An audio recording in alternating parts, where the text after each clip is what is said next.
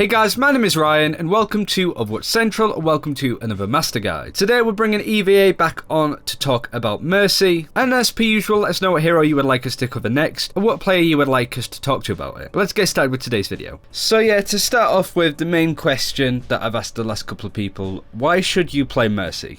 I think generally if you want to pick a hero with very fluid playstyle, if you played correctly, so if you want to be very agile helping your team, maybe Zenyatta isn't for you, but maybe Mercy is. While you don't contribute damage directly, you can be very effective damage boosting your team at key moments, and as well as keeping sustained healing, which is very important in many situations. While burst healing is awesome and all, sustained healing can make some certain characters live through things you never thought they would, like a Roadhog ultimate. I've healed like simply a McCree in a corner, and he lived an entire Roadhog ultimate. Stuff like that, like sustained healing is very important in certain situations. So, but the ultimate is the elephant in the room here of, it's not good for solo queue.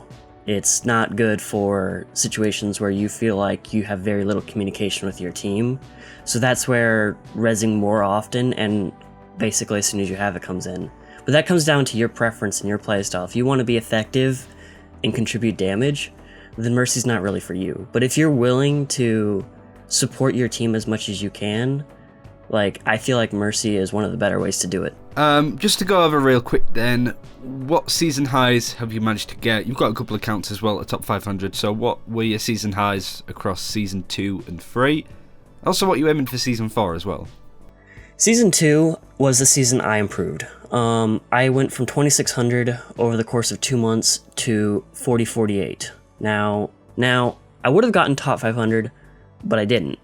The thing is, I streamed for 14 hours straight. I was going for that top 500, and then because my match finished 2 minutes after that season ended, the match didn't count, and I lost my rank. So if you sort by friends, how you can see all your friends and yourself sorted by their rank, I'm rank 0 according to that.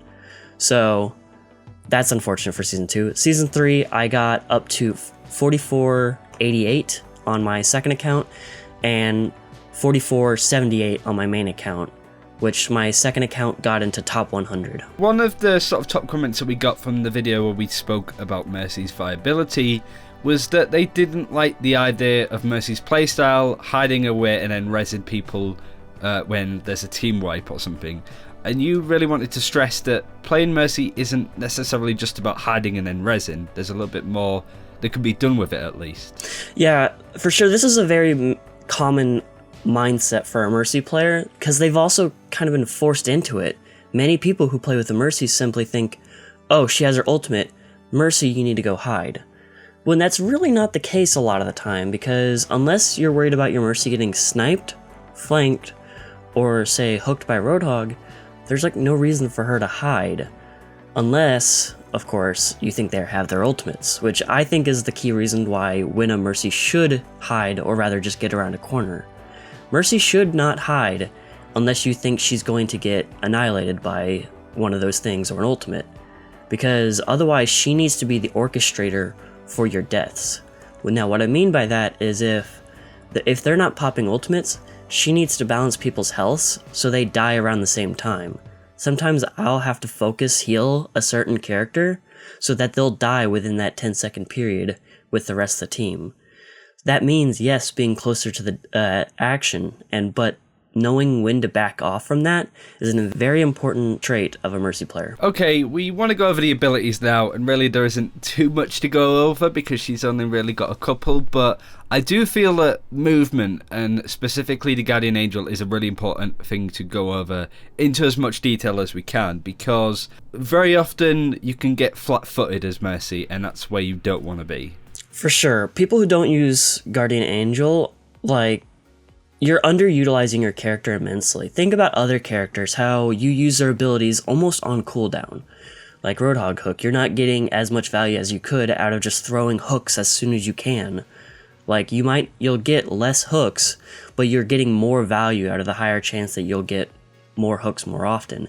It's kind of similar idea with Guardian Angel. While you're not getting picks from it, you're staying agile, always around. Now, if you have a 2-second cooldown on Guardian Angel, utilizing that very often will make you a very hard target, not only to kill in the moment, but to call out. Because oftentimes a team will try and focus on Mercy down and they'll be like, oh, Mercy's on the top left, we need to go in and kill her. But if you're always moving, that call out's outdated in like a couple seconds. So by you being very agile as a player, not only are you more effective balancing everybody on your team's health, who needs damage boosted at any given moment, but you're also being a very hard target to track down for an enemy player. So just knowing when to utilize Guardian Angel, which is basically on cooldown, will make you a very, very active Mercy player, and it'll help you out in the end. It's worth stressing that during this point of recording is before the live patch hits on the Tuesday, so at this point we know that there are stuff on the PTR to do with Mercy's settings, and she has a lot more to set up, I suppose, and a lot more that can be done to help players get used to playing her. And you really wanted to stress the settings that she already has, but also is going to get in the live game soon. Now, in these settings, she has quite a few things that can completely change up her playstyle depending on how you utilize them. One of them being Guardian Angel prefers beam target. Now, this is by default on. I highly recommend it off. Guardian Angel prefers beam target can be nice in a few situations, like pocketing a Pharah or flying over a roof of somebody you just followed, say a Widow with her hook, or a Pharah, or a Junkrat that jumped over. But otherwise, anytime you're healing somebody, you are locked to that person until you let go of your beam. By keeping this feature off, it allows you to fly to anybody you want while being attached to anybody you want. This is very potent whenever you're flying halfway to a Reinhardt, latch on your beam, and just instantly figure out who you're going to fly to and go away again. That can happen in about a second and a half, where otherwise you need to go to that Reinhardt, sit there and heal him, let go of your beam, and then figure out who you're going to fly to. Another setting she has is toggle beam. This one's much more personal preference, but I think overall it's a much better setting to have on toggle because it allows you to focus on your positioning more and what you're doing, rather than holding the button. Not only does it hurt after hours of play, but it also affects your mindset a little bit. By having toggle, there's little reason to even stop beaming at all. So by having that on, you can just click and figure out who you're going to next, where your positioning is. Your beam's on them. You don't really have to think about it. She has another setting of hold the Guardian Angel. Now, by default, this is off because it's on toggle. You click to who you fly to, and you go to where they were and a little bit further. But with hold the Guardian Angel, you can hold how much you want to fly and let go when you don't need it. So this is this is very effective when you want to fly to somebody, but you only just need to put your beam on them. So you fly halfway, because Guardian Angel's range is 30 meters, the beam range is 15 meters. You fly halfway, you put your beam on them, and you've saved time and put yourself in less danger by not flying directly to them. You can cancel Guardian Angel with default settings by just toggling it again, but by having it on hold, it all feels much more fluid.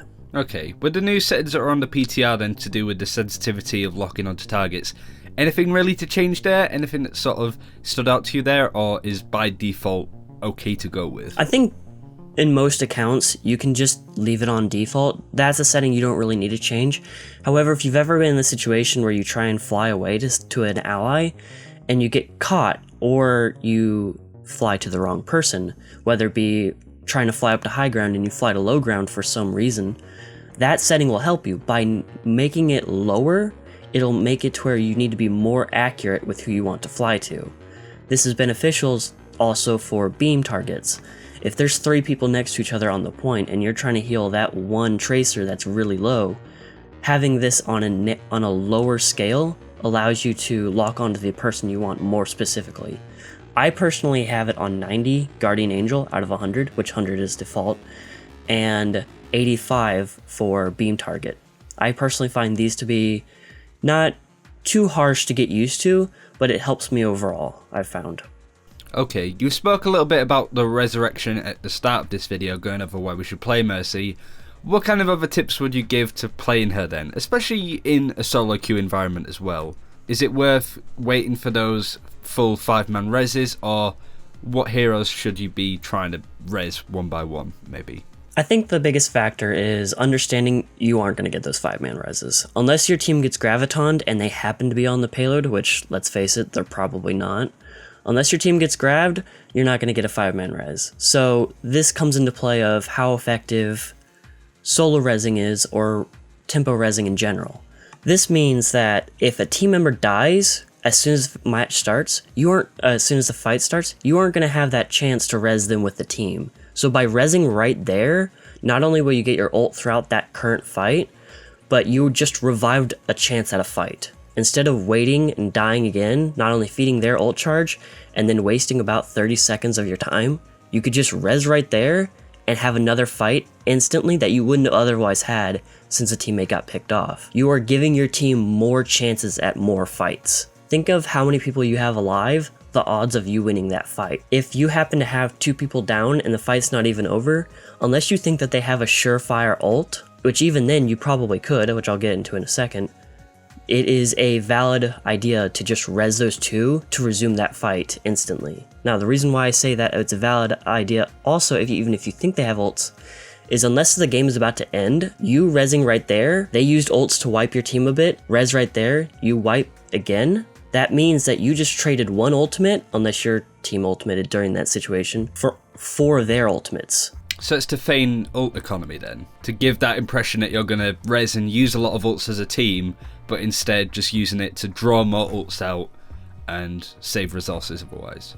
Of course. Unless you think that your team will pop ultimates, i.e. if they don't have ultimates, this is the perfect way to bait out them, so it's more of being conscious of what your team has and what their team has, but it's also about completely wasting their arsenal while trying to maintain yours for the next fight. But like I said, that doesn't really work if the match is about to end, so you have to think about a bit more during that time frame. So you've got 2 top 500 accounts, Mercy only. I think the only real question there is, how did you do it? How did you manage to do it solo queue as well, playing a hero that not a lot of people take seriously, but also is a common favourite to a lot of players, all the way from bronze to, I'd say, gold, platinum. But once you get past platinum, it kind of gets a little bit harder to use.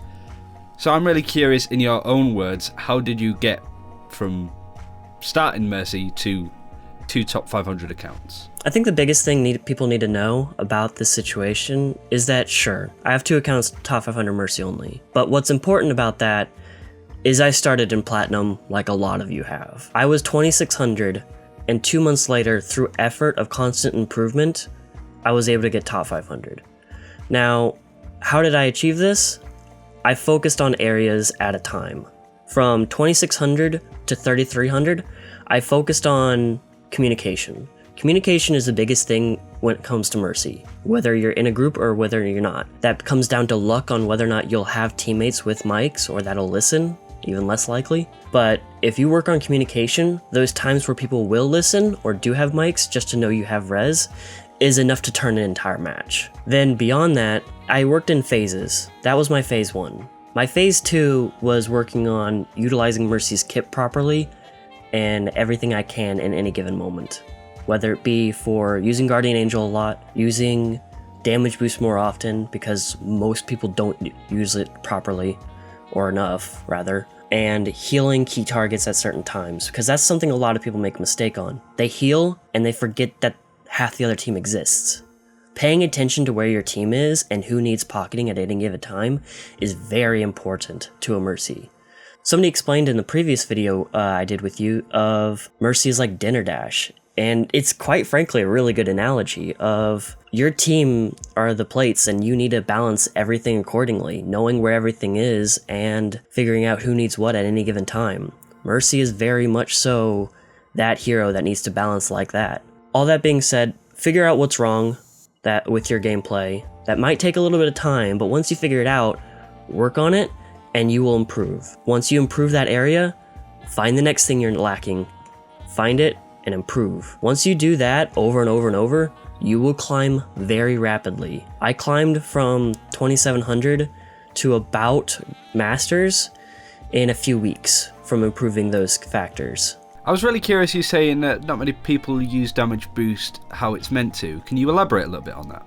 I think going off the statistics is sometimes very wrong, and I agree. Statistics is not always the end-all be-all when trying to figure out what someone does wrong. The thing is, going over the averages, on average, Mercy players have 5 offensive assists in a match, which is damage boosted kills. That means that people are only using their damage boost occasionally, at best, or maybe during an ultimate, where they think they're getting more value out of it. But really, there's many characters in the game that benefit a lot from damage boost at any given time, so your average shouldn't be like 5. Your average should be more like 10, 15 even, in a competitive match. The reason being is that there's a lot of times where people think, oh, well, damage boosting won't help my team get more kills, when they're thinking, oh, it's not a one-shot because I'm damage boosting him. Like, sometimes people understand that Pharah can one-hit a Tracer with damage boost, for example. But that's not the case. You damage boosting a certain character could mean they have to shoot less bullets, and when they're not very accurate to begin with, that could mean getting a kill or not. So by damage boosting more often, and figuring out who is more valuable on your team to damage boost,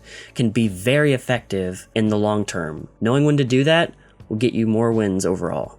Next question, I want to talk a little bit about what heroes Mercy works well with, and we've seen a little bit more Mercy in pro play, but always alongside a Pharah. Now, I'm really curious to hear what heroes Mercy works well with, but also how you don't necessarily think Pharah is one of them. I think the Pharah Mercy combo is a very good combo, especially at ranks where people have harder time aiming. But the problem here is that Pharah pulls the Mercy away from her team. If you can't trust your other healer to heal the other 4 people on your team, then you shouldn't be doing that. So by staying with your team, Mercy not only becomes more effective balancing people's health, allowing her to get her ultimate quickly, and then make a solid push. That Pharah is probably better off by herself being a distraction, rather than Mercy wasting her time with her. Now, as far as heroes that synergize well with Mercy, I personally think Roadhog is probably number 1 here. Not only does Mercy get her ultimate very quickly, but anytime he lands a hook, just damage boosting him will ensure a one-hit kill on any hero in the game. I'm not sure about Roadhog Hook 3.0, but we'll see. Okay, and on the other side of that, what heroes really give Mercy a hard time? Of all the heroes in the game, Sombra's probably the most tedious to deal with as a Mercy. The reason being is because Mercy has a passive heal at 1 second, where she'll, after not taking damage for 1 second, start healing 20 HP per second. Sombra's an annoying hero to deal with because she has a 60 round clip that has pretty decent range, so as long as she just holds the button on Mercy, she won't have a chance to auto heal. So not only that, is if the Sombra happens to translocate next to you, unless you break line of sight, she has enough range on her hack to hack you as you fly away and stop you mid-flight. So there's not a lot of escape options for Mercy. Sombra cancels her healing, and as well as Sombra can get around and getting your backline very quickly while also getting away after the kill. So Sombra's by far the worst offender in this situation. And sort of finally then, what major tip would you give to anyone, doesn't matter, doesn't necessarily have to be about Mercy, when it comes to improving at Overwatch? I think the biggest thing is figuring out what you're doing wrong and trying to improve. But attached to that of trying not to blame your team. It is very easy to blame your team for a situation that feels like it was completely their fault, that they didn't pull their weight. Blaming your team less and blaming yourself more will help you focus on improving yourself. Even if you think that situation was completely out of your hands, there's something you could have done better to increase the chances of that situation not happening. There's always going to be that situation where you blame your team. Try not to. Try to always figure out what could you personally have done better, and over time you'll become a better player because of it. And finally, where can people see the adventures of this top 500 Mercy main? Currently, I only have Twitch with YouTube planned, but right now it is twitch.tv/EeveeA_TM. And that's it for this time. Thank you very much for watching. Do let us know again what hero you would like us to cover, and ideally what person you would like us to cover it with. But until next time, take care. We'll see you then.